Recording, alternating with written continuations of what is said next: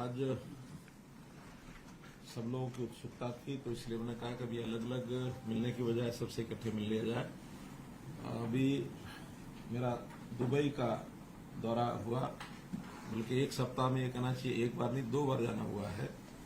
अब एक प्रश्न सब करते हैं कि भी एक सप्ताह में 2 बार क्यों जाना हुआ।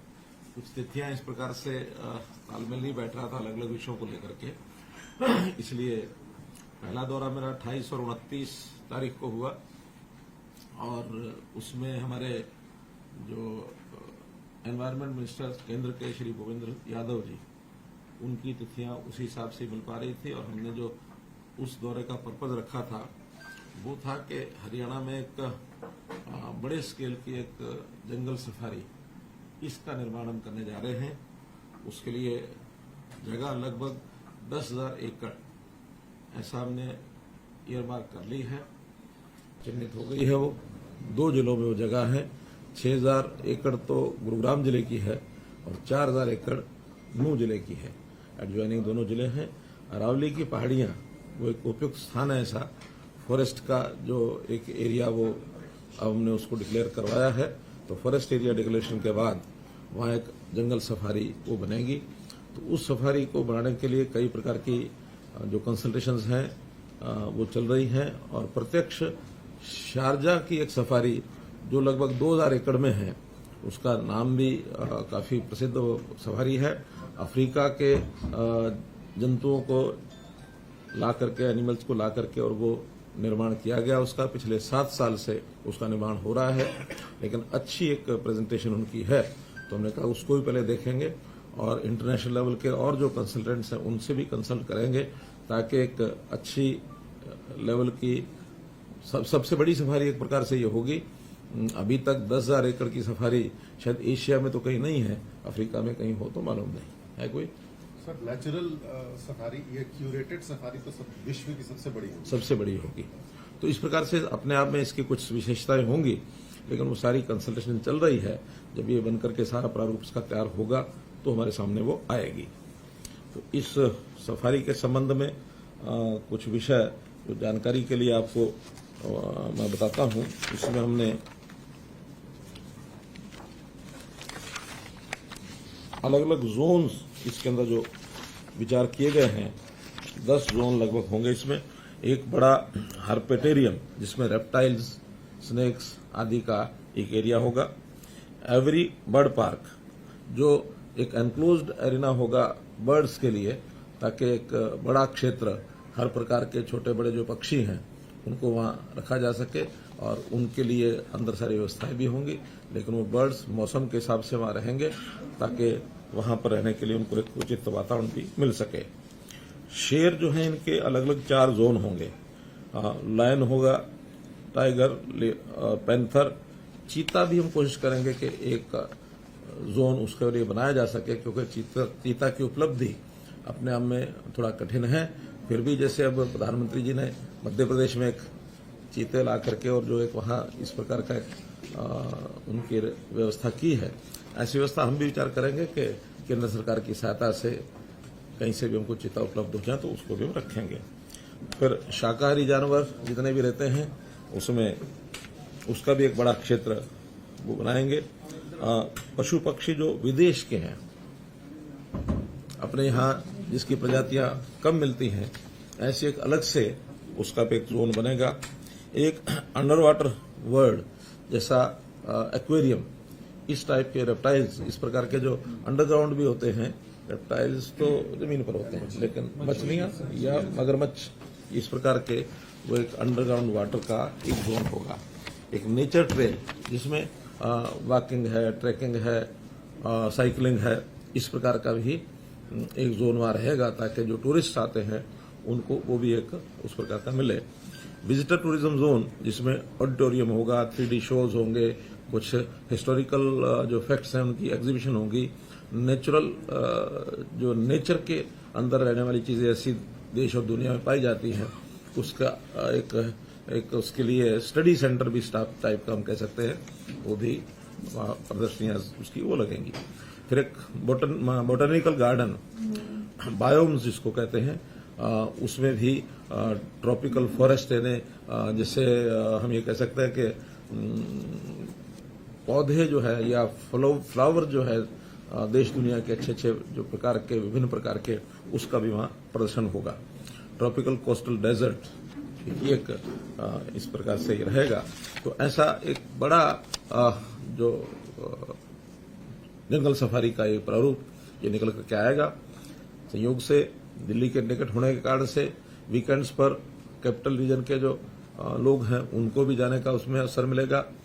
एयरपोर्ट नजदीक है, इंटरनेशनल एयरपोर्ट, विदेशी जो टूरिस्ट हैं उनके लिए भी आकर्षण का एक केंद्र बनेगा और आसपास के इलाके की इकोनॉमी ये भी उसमें बढ़ेगी। हमने होम स्टे जो पॉलिसी है इसका जो प्रारंभ किया है उसका लाभ भी वहां के इलाके के आसपास के गांवों को मिलेगा। जो ये सारे एरिया जो है इसमें गांव जो आते हैं गैरतपुर बास, सकतपुर, नौरंगपुर, बारगुजर, ऐसे लगभग 8-10 गांव बिल्कुल विसिनिटी में हैं, तो इनको भी उसका ये लाभ मिलने वाला है। अरावली फाउंडेशन की एक स्थापना की जाएगी। उस फाउंडेशन के माध्यम से पूरी परियोजना केंद्र सरकार, हरियाणा सरकार या अन्य भी कोई इसमें स्टेक होल्डर्स अगर ज्वाइन करना चाहेंगे उसका भी हम अभी खुला रखा हुआ हमने इस सारे विषय को लेकर के, और ये बनाया जाएगा इसका अध्ययन करने के लिए। और इसका जो प्रारंभिक जिसको कहना चाहिए कि जो रिपोर्ट तैयार करने के लिए केंद्रीय चिड़ियाघर प्राधिकरण उसको भी हमने जिम्मे लगाया है, उनसे भी इसका अध्ययन कराया जाएगा, उससे सहायता ली जाएगी। जमीन पूरी जो है वो Indian forest act section 38 section 80 इसके अंतर्गत वो जमीन जो है ली जाएगी ताकि गांव के लोग उस जमीन को और इस सफारी के लिए उपलब्ध करा सकें, क्योंकि बहुत बड़ा क्षेत्र है। इसको इस ढंग से जो कोई और व्यवस्थाएं वो सब करेंगे। ऐसा अभी तक योजना बनाई जा रही है कि पक्षियों की 180 प्रजातियां जो सामान्यतः अभी भी जब आसपास की जो लेक्स हैं विदेश की बहुत सी प्रजातियां वहां आती हैं मौसम के हिसाब से, साइबेरिया तक, रशिया तक सारी प्रजातियां, अफ्रीका से भी कुछ प्रजातियां ऐसी आती हैं जो क्या उसको बोलते हैं प्रवासी पक्षी, माइग्रेशन। तो उनकी जो माइग्रेशन होती है, मैमल्स और जो स्तनधारी वन्य जीव होते हैं उनकी भी 15 प्रजातियां ये इसके अंदर होंगी। रेप्टाइल्स और जमीन पर रेंगने वाले पानी में रहने वाले पशु ऐसी 29 प्रजातियां ये चिन्हित की गई हैं जिसके अंदर होंगी। तितलियों की 57 प्रजातियां ये इसमें होंगी। तो ये एक प्रारंभिक जो इसकी स्टडी है ये सब हुई है। इसके लिए केंद्र सरकार की ओर से यानी वन फॉरेस्ट डिपार्टमेंट की ओर से हमको जो कंपनसेटरी इसका जो अमाउंट वो मिलेगा, क्योंकि जैसे पिछले दिनों में आप लोगों को जानकारी होगी कि बहुत बड़ा एरिया अंडमान निकोबार का उसको डिफॉरेस्ट करने के लिए केंद्र सरकार ने एक हरियाणा को कहा था कि अगर आपके क्षेत्र में हम कुछ फॉरेस्ट एरिया बना दें और वो डिफॉरेस्ट एरिया हो जाए तो उसका जो कंपनसेटरी अलाउंस है वो हरियाणा को दे सकते हैं। उसी के कारण से ये इतना बड़ा सफारी का ये जो प्रोजेक्ट है ये उसका तैयार होगा ताकि इसको फॉरेस्ट एरिया में वो कंपनसेटरी अलाउंस जो है उसमें इस सफारी बनाने के लिए उसका उपयोग हम कर सकें। मित्रों, इसी प्रकार जो दूसरा दौरा हमारा हुआ है वो 2 अक्टूबर यहाँ से प्रस्थान करके हम लोग 3 और 4 अक्टूबर 2 दिन पूरे दिन वहां लगाए हैं। और ये दौरा शुद्ध रूप से इन्वेस्टमेंट के नाते था। उस इन्वेस्टमेंट में मुख्य रूप से जो प्रोजेक्ट है ग्लोबल सिटी गुरुग्राम में 1080 एकड़ में ये ग्लोबल सिटी का एक निर्माण किया जाएगा। जमीन पहले से HSADC ने एक्वायर कर रखी है और एक आइकॉन जिसको कहना चाहिए एक सिटी ये एक बनेगी, सिटी विद इन सिटी जिसको कह सकते हैं। गुरुग्राम के अंतर्गत ही ये एक नई सिटी जो एक सिंगल जिसको एक प्लानिंग में सिंगल फेज प्लानिंग में जिसका एक किया गया उसका योजना बनाई गई है। देश में ऐसी और भी बड़ी बड़ी सिटीज बनी हैं, जैसे उदाहरण के लिए गुजरात में गिफ्ट सिटी ये बनी है, साइंस सिटी ये बनी है, बेंगलोर में भी एक इस प्रकार की कोई सिटी है। तो यहाँ भी हम ग्लोबल सिटी को एक अंतर्राष्ट्रीय स्तर के लेवल की एक सिटी बनाएं। बहुत बड़ा हमारी अपेक्षा है। हमारी अपेक्षा है कि लगभग 1 लाख करोड़ रुपए का इन्वेस्टमेंट इसमें होगा इसके लिए विभिन्न लेवल के रोड शो हम कर लिए हैं लगभग। अब तो समाप्ति पर यह है कि 4 रोड शो इसके हुए हैं, 2 गुरुग्राम में, 1 मुंबई में और 1 दुबई में। तो 4 रोड शो, ये चौथा रोड शो इसमें था। और इस दिन जो हमारी यात्रा में इस विषय को लेकर के, ग्लोबल सिटी को लेकर के जो वहां पर कंपनी आई, 13 कंपनियां, उसके अंदर बहुत प्रमुख कंपनियां जो हैं वो वहां पर आई हैं। अब उनके बारे में अगर जानकारी बतानी है तो मैं बता सकता हूं कि Dubai investment, Sobha realty, Danube properties, Nakheel, DP world, Ellington properties, gulf Islamic investment, Tabreed, Al Marjan island, Al Hamra, डॉलंड्स प्रॉपर्टी, दामाक, EMIS।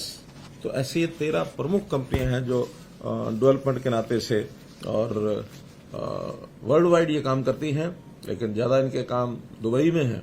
दुबई अपने आप में जो रियल एस्टेट का काम है, हम में से जो लोग गए होंगे उनको मालूम होगा कि बहुत हाई क्लास, हाई लेवल की बिल्डिंग्स वहां है।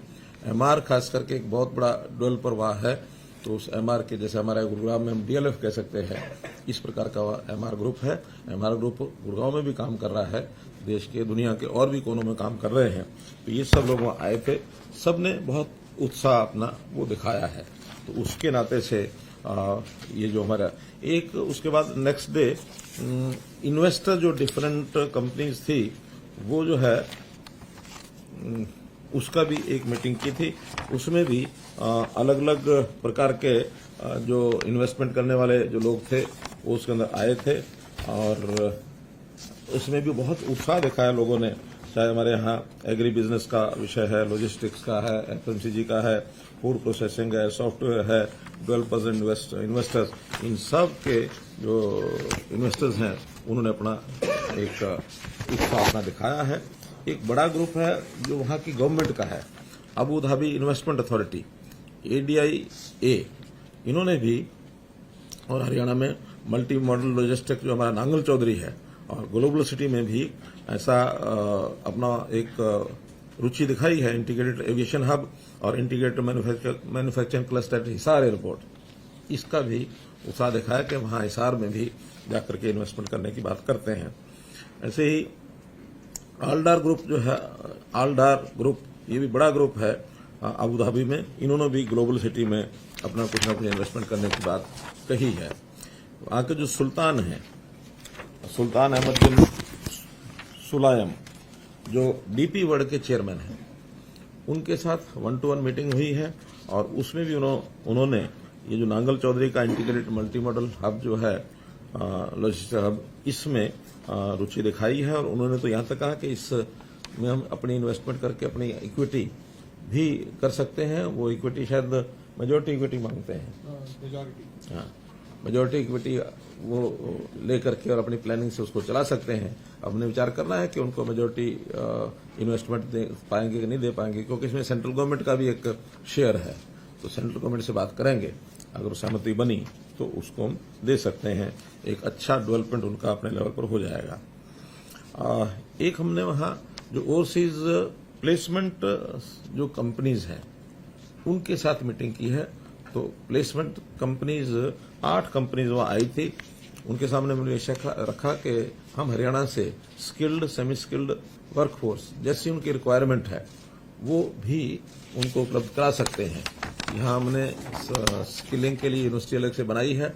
जो वाइस चांसलर स्किलिंग यूनिवर्सिटी के वो भी गए थे साथ में इस मीटिंग के लिए। और जो हमारा फॉरेन कोऑपरेशन डिपार्टमेंट है उनके भी पवन चौधरी जो एडवाइजर है वहां, उनको भी लेकर के गए थे ताकि इनके माध्यम से उस काम को हम चलाएं। टारगेट्स उन्होंने हमसे भी पूछे, हमने उनसे भी पूछे हैं। बातचीत अभी फाइनल कंपनियों से नहीं हुई है, लेकिन एक प्रारंभिक रास्ता हमने खोला है। हमने अपनी ओर से 1 लाख नौजवानों की ऐसी संख्या रखी है कि हम देश के, दुनिया के विभिन्न देशों में 1 लाख लोगों को भेजने की अपनी स्किलिंग की तैयारी कर सकते हैं। चाहे वो स्किल यूनिवर्सिटी के माध्यम से हो, चाहे हरियाणा स्किल डेवलपमेंट जो मिशन है हमारा उसके माध्यम से हो, या वो कंपनियां स्वयं भी अपने स्किलिंग के सेंटर्स यहाँ खोल सकती हैं। हम उनको फैसिलिटेट करेंगे ताकि हमारे नौजवान पढ़ाई लिखाई करके टेक्निकल जो खास करके ITI ट्रेंड ऐसे बच्चे हैं, नौजवान हैं, वो वहाँ की इंडस्ट्री के लिए जा सकते हैं। रियल एस्टेट डेवलपमेंट में भी वहाँ पर जो आवश्यकता होती है, मेसिन्स की, टाइल के जो लगाने वाले लोग हैं, इलेक्ट्रीशियंस हैं, इस प्रकार के जो लोग हैं उनकी ट्रेनिंग करा करके वहाँ भेज सकते हैं। बातचीत प्रारंभ हुई है, सब लोगों ने कहा कि सेकंड राउंड में हम करेंगे, लेकिन खुशी की बात है कि हम यहाँ अभी पहुंचे भी नहीं थे। विद इन 14 आवर्स एक कंपनी ने एक जो हमको एक छोटा ऑर्डर जिसको कहना चाहिए प्रयोग के लिए, कि अभी हमें हाउस कीपिंग के लिए कुछ लोग चाहिए, आप कितने भिजवा सकते हैं, उनका बायोटा और उनकी लिस्ट हमको भेजिए ताकि उनको रखने के लिए तैयार होंगे। हम यहाँ से भेजेंगे ताकि उनकी सिलेक्शन कराई जा सके। हम इसमें अपना जो हमारा जो पोर्टल है, परिवार पहचान पत्र नहीं, हमारा परिवार पहचान पत्र के माध्यम से ही जो पहली प्रायोरिटी हमारी ये रहेगी कि जो परिवार गरीबी रेखा से नीचे हैं, ऐसे परिवारों के बच्चे जो अनएम्प्लॉयड हैं, उनकी ट्रेनिंग कराकर उनको वहां भेजें ताकि उनको भी उसका लाभ मिले। कुल मिलाकर शॉर्ट में ये जो हमारा ट्रिप है, वास्तव में ये एक मिशन विशेष को लेकर के हम गए थे, और दोनों दिन, पहले का लगभग 1.5 दिन और ये 2 दिन, 3-3.5 दिन में हमने कोई 800 किलोमीटर की जर्नी की। यानी इस दूसरे ट्रिप में 45 घंटे में 500 किलोमीटर की जर्नी अबू धाबी और ये हमारा दुबई, और पहले वाले में शारजाह और दुबई, ताकि हम ज्यादा उपयोग अपने इस विजिट का कर सकें। पहले ट्रिप में हमारा जो टूरिज्म डिपार्टमेंट है वो उसका आयोजक था, क्योंकि शहर सफारी जो है वो टूरिज्म डिपार्टमेंट के माध्यम से होनी है। दूसरे डिपार्टमेंट में HSIDC, इस डिपार्टमेंट ने इसका अरेंज किया था, क्योंकि ये जो मुख्य रूप से जो ग्लोबल सिटी है, इसका सारे का जो निर्माण है वो HSIDC के माध्यम से होना है। तो इस के नाते से टारगेट हमने ये रखा है कि जो पहले फेज की 1000 एकड़ में से जो लगभग 250 एकड़ का पहले फेज की ऑक्शन ग्लोबल सिटी की हम नवंबर एंड तक कर देंगे, ताकि इस काम को हम एक मूर्त रूप दे सकें और ये आगे बढ़ सके। मुख्य विषय आज के इस चर्चा का यही था। हाँ, लेकिन एक विषय जो इस समय करंट का है वो हमारी प्रोक्योरमेंट है, उसकी जानकारी भी मैं समझता हूँ आपको मिलनी चाहिए, ताकि वर्तमान में सब मंडियों में प्रोक्योरमेंट शुरू हो चुकी है। 4 अक्टूबर तक, 5 की तो कल छुट्टी रही होगी, लेकिन 4 अक्टूबर तक 8,17,000 मीट्रिक टन धान की ये खरीद हो चुकी है, और लगभग 10,000 मीट्रिक टन बाजरा, ये भी, अच्छा कल मंडियां खुली थी, अच्छा लेटेस्ट फिगर अब अलग आई है, 11 लाख धान की कुल खरीद हो गई है, और बाजरे की खरीद 16,000 मीट्रिक टन हो गई है। तो इस प्रकार से प्रोक्योरमेंट जो है ये चालू हो गई है स्मूथ रूप से। ये ठीक है कि इस बार वर्षा, थोड़ा फसल पक जाने के बाद उसका प्रकोप कुछ जिलों में ज्यादा रहा, वहाँ नुकसान भी हुआ है, तो उसके लिए भी हम लोगों ने गिरदावरी, स्पेशल गिरदावरी करने के जो आदेश दिए थे वो भी हुई है। और इस बार पहली बार क्षतिपूर्ति पोर्टल बनाया गया है, ताकि किसान जो है स्वयं अपने नुकसान होने के 72 घंटे के अंदर अंदर अपनी जानकारी उसमें डाले। कई बार ये विवाद होते थे, किसान कुछ और कहता था, डिपार्टमेंट कुछ और कहता था, तो लेकिन इस बार उसका तालमेल कैसे बैठाया जाए, किसान अपनी क्षतिपूर्ति की जानकारी देगा, डिपार्टमेंट उसको वेरीफाई करेंगे, और वेरिफिकेशन के साथ साथ किसान को उसकी जानकारी मिलती रहेगी कि हमारे डिपार्टमेंट के हिसाब से आपकी क्षति इतनी हुई है। कोई अगर उसकी कोई अपील होगी तो ऊपर वो अपील भी कर सकेंगे, लेकिन पारदर्शी तरीके से इस सारे काम को हम कर सकें, इस प्रकार का एक विषय और जो हमने